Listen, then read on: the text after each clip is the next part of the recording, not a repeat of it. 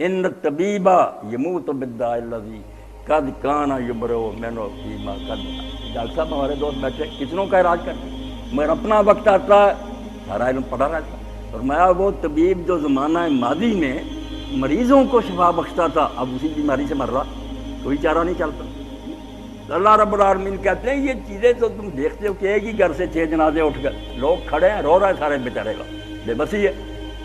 ہر جگہ یہ منظر پیش آتا ہے کہ عزیز و قریب بیٹھے ہوتے ہیں، بڑے بڑے خیر خواہ طبیب اور ڈاکٹر موجود ہوتے ہیں۔ میں اور آپ تو معمولی تھے، دنیا کے جو صدر ہیں سارے ڈاکٹر بیٹھے ہیں، دنیا ساری ٹیلی فونوں پر پوچھ رہی ہوتی، کچھ بھی نہیں بنتا۔ اللہ رب العالمین نے یہی صورتحال میرے آپ کے سامنے رکھی ہے کہ سونے کی کوشش نہ کرو، آنکھیں نہ بند کرو، جاگو، یہ وقت آ جائے گا۔ اور یہ میں نے اسی لیے چھپا کر رکھا ہے کہ تم ہر وقت چوکنے رہو۔ میں نے اطلاع نہیں دی کب مرو گے، کوئی نہیں جانتا کب مر جائے۔ کبھی ایسا ہوتا کہ بس بچہ بھی گود میں آیا، خوشیاں منا رہے ہیں لوگ کہ بڑی دیر کے بعد اللہ نے ہمارے گھر میں یہ رونق پیدا کی، بس چومتے چاٹتے بچہ مر گیا۔ میرے دوست ہیں صوفی احمد علی، انہوں نے بہت پیاری بات کہی، کتاب لکھی ہنجواں دے موتی، بیٹا ان کا فوت ہو گیا، BA میں پڑھتا، بہت قابل نیک آدمی ہے درویش۔ تو شروع میں جو ٹائٹل پیج پر اشعار لکھے نا ان میں لکھتے ہیں، کہتے ہیں جیڑیاں کلیاں پھول نہ بنیاں تے موسم رت بہار۔ کچھ پھول بن جاتے، چلو 4 دن رونق دکھا گئے بچے، ایک پیدا ہوتے مر گئے۔ جیڑیاں کلیاں پھول نہ بنیاں موسم رت بہار، دوڑ مروڑ کے چھٹیاں مالی دکھ ہونا دے پارے۔ بس ساری عمر ماں باپ روتے رہ جاتے ہیں کہ بچہ منہ دکھا کر یار چلا گیا۔ اللہ کہتا بے بسی تمہیں نظر آتی ہی نہیں، اگر یہاں کوئی حاکم نہیں، اس کا اقتدار نہیں، تو تم اس کے زیر سایہ نہیں، کیوں لے جاتا جہاں؟ روک لیا کرو۔ اتنے اسباب ہوتے ہیں، بچا کیوں نہیں لیتے؟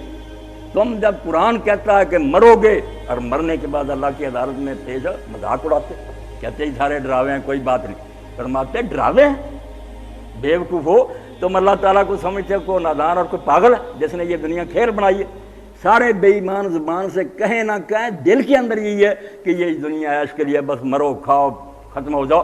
کہتا اللہ بیوقوف ہوں میں، اتنا بڑا کارخانہ بنا دیا، اتنے تمہارے لیے رزق کے لیے سامان کیے، نیکی بدی کے اختیار دیے، کوئی تہجد پڑھ رہا ہے، کوئی ڈاکے مار رہا ہے، کوئی بیچارہ لوگوں کی مدد کر رہا ہے، کوئی ان کی بیواؤں کے بھی جہیز بچیوں کے چھین رہا ہے، یہ تماشا میں دیکھتا رہوں گا؟ یہ اندھیر نگری اور چاپل راجا میں بیوقوف حاکم ہوں کہ اسی طرح ہوتا رہا، یہ میرے پر الزام لگے کہ اس سے تو بدلی یار دنیا کے حاکم ہیں جن کی پولیس فوج کو پکڑتی ہے، اللہ نے کیا دنیا اس سے بڑا اللہ پاک کے بارے میں کوئی گندا عقیدہ نہیں سمجھا جائے، یہ دنیا فضول بن جائے، اسی طرح ختم ہو جائے۔ حکیم اور دانا ہوا، اس نے یہ خام خواہ کا ظلم کیا کہ کچھ بیچارے ظلم سہتے مر جاتے ہیں، مٹی میں چلے گئے، پھانسیوں پر لٹکا دیے گئے، حق کہتے تھے کچھ نہ ملا، دوسرے بدماشیاں کرتے مر گئے، کسی نے پکڑا ہی نہ۔ شرم کرو، اسی لیے اس کے خاتمہ پر کہا اللہ نے 2 مرتبہ آیا اسی میں، فسبح بسم ربک العظیم، اپنا عظیم رب جو ہے اس کے نام کو پاک مان۔ وہ اس کے نام پر بٹا لگا رہا کہ وہ خدا جو ایسا بیوقوف اور ظالم ہے کہ اس کی سلطنت میں یہ سب ہوتا رہے، وہ نیک بات کا انصاف ہی نہ کرے، پاک جان اس کو، یہ الزام نہ لگا اس پر۔ ہم سبحان اللہ زبان سے کہتے ہیں، مفہوم نہیں سمجھتے کہ سبحان اللہ کہنے کا مطلب ہے کوئی ایسا عقیدہ، کوئی نظریہ جس سے اللہ پاک پر اعتراض آئے کہ یہ تو بڑی بیوقوفی نادانی کی حکومت ہے، غلط، ایسا نہیں ہو سکتا۔ اللہ عظیم ہے، نہ اس کے اقتدار کی کوئی حد ہے، اور پاک، کوئی غلط کام نہیں کرتا۔ اس نے یہ دنیا بالحق بنائی مقصد کے تحت۔ اب دیکھیں یہ مرنے والوں کے ہم جنازے دیکھتے ہیں، دفن کرتے ہیں، سب کچھ ہوتا، مگر عقل نہیں پاتی۔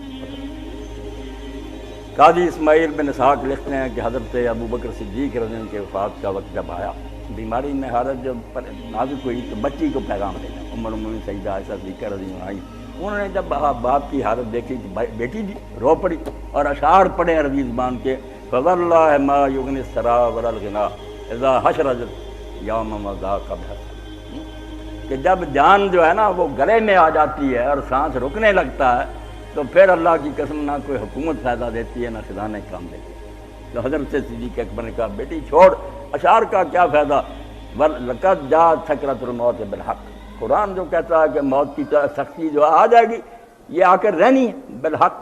آپ نے سورہ قاف کی یہ آیت پڑھی کہ بیٹا اشعار نے کیا بتانا، قرآن ہی بتاتا کہ جس سے تو بھاگتا پھرتا تھا وقت آ گیا یا نہیں، ذالک ما کنت من التہی، اسی سے بچتا پھرتا تھا نا۔ سارے اسباب کرتا تھا، باڈی گارڈ رکھتا تھا، بچا لیا۔ تو اللہ کہتا ہے یہ سورہ واقعہ کے آخر میں فَلَوْلَا إِذَا بَلَغَتِ الْحُلْقُومَ، ایک بات بھی نہیں جو نئی ہو، اللہ کہتا ہے یاد دہانی، پتا تجھے ہے تو بلانا چاہتا، پھر میں یاد کراتا ہوں۔ فَلَوْلَا إِذَا بَلَغَتِ الْحُلْقُومَ، کیوں نہیں ہوتا پھر ایسا کہ جب جان گلے میں آتی وَأَنْتُمْ حِينَئِذٍ تَنظُرُونَ، اور تم کہیں گئے نہیں ہوتے، بڑے لاڈلے اور پیارے پاس بیٹھے دیکھ رہے ہوتے ہو کہ ابا جی جا رہے ہیں، بھائی جان جا رہے ہیں، تم بلانے کی کوشش کرتے ہو، وہ چپ ہوتا جاتا۔ فَلَوْلَا إِذَا بَلَغَتِ الْحُلْقُومَ، تو جب جان گلے میں آتی ہے تم دیکھ رہے ہوتے ہو وَنَحْنُ أَقْرَبُ إِلَيْهِ مِنْكُمْ وَلَٰكِن لَا تُبْصِرُونَ، تم اپنی کوششیں کر رہے ہیں، انجیکشن لگ رہے ہیں، ڈاکٹر دوائیاں دے رہے ہیں، مگر تمہیں فرشتوں کے ہاتھ نظر نہیں آتے جو تم سے زیادہ قریب ہوتے ہیں، تمہاری نسبت وہ اس کے زیادہ قریب پہنچ گئے ہوتے ہیں، اور وہ ہاتھ ڈال لیا ہوتا، انہوں نے جان لے رہے ہوتے ہیں۔ فَلَوْلَا إِن كُنتُمْ غَيْرَ مَدِينٍ، اگر واقعی یہ ٹھیک ہے کہ تمہارے اوپر کوئی حکومت نہیں ہے، تم مسلمانان اور آزاد ہو، تو اگر کوئی تم کسی کے انڈر نہیں ہو، تَذْدِعُونَ إِن كُنتُمْ صَادِقِينَ، اگر یہ تمہاری باتیں ٹھیک ہیں تو اس جان کو واپس کیوں نہیں پھر لے جاتے، زندہ کیوں نہیں رہتے، کیوں مر جاتے ہو پھر؟ جوا ہنگے رفتن کنت جان پاک، کہ بر خاک مردن سے بر روح، کہ بر تخت مردن سے بر روح خاک۔ سعدی رحمۃ اللہ علیہ فرماتے ہیں جب اس پاک جان نے جانے کا قصد ہی کر لیا، چلی جانا کسی نے، تو بے شک تخت پر مر یا خاک پر مر برابری، کیا فائدہ، نہ بادشاہ کو بادشاہی نے کوئی فائدہ دیا، نہ غریب کی غریبی نے کوئی بگاڑا، وہ بھی مر گیا، غریب تو بھی مر گیا، بادشاہ بھی، اور اسی مٹی میں چلا گیا۔ اب جنازے کے پیچھے جو دعائیں